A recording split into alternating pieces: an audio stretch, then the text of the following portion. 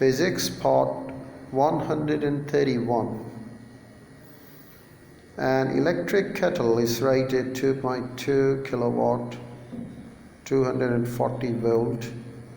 The supply voltage is reduced from the 240 volt to 230 volt. Calculate the new power of the kettle. Well, we talked more about the resistance, and at the end of this section you should be able to sketch and explain the I minus V characteristics of a metallic conductor at constant temperature, a semiconductor diode, and a filament lamp. State Ohm's law. You should be able to state Ohm's law. You should be able to recall and solve the problems using R is equal to P-I-L-A.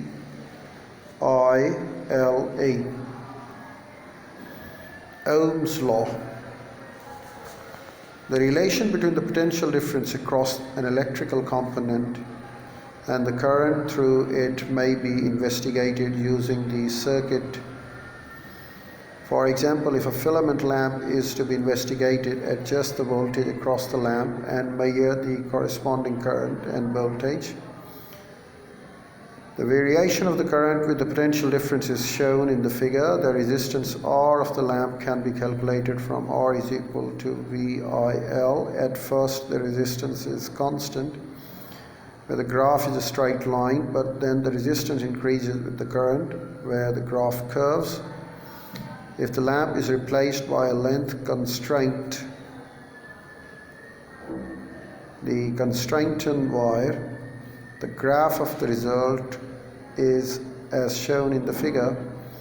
It is a straight line through the origin. This shows that for a constrained wire, the current is proportional to the voltage. The resistance of the wire is found to stay the same as the current increases. The difference between figures that the temperature of the constant wire was constant for all the currents used in the experiment, whereas the temperature of the filament of the lamp increased to about 15 degrees Celsius. Graphs like this figure would be obtained for wires of any metal, provided that the temperatures of the wire did not change during the experiment. The graph illustrates a law discovered by the German scientist George Simon Ohm. Ohm's name is now used for the unit of the resistance. Ohm's law states that for a conductor at constant temperature, the current in the conductor is proportional to the potential difference across it. Conductors whose current against voltage graphs are a straight line through the origin, like that in the figure, are said to obey Ohm's law. It is found that Ohm's law applies to metal wires, provided that the current is not too large. What does too large mean here? It means that the current must not be so great that there is a pronounced heating effect, causing an increase in the temperature of the wire. A lamp filament consists of a thin metal wire. Why does it not obey Ohm's law? Well, the figure shows the current against the voltage graph is not a straight line. This is because, as stated previously, the temperature of the filament does not remain constant.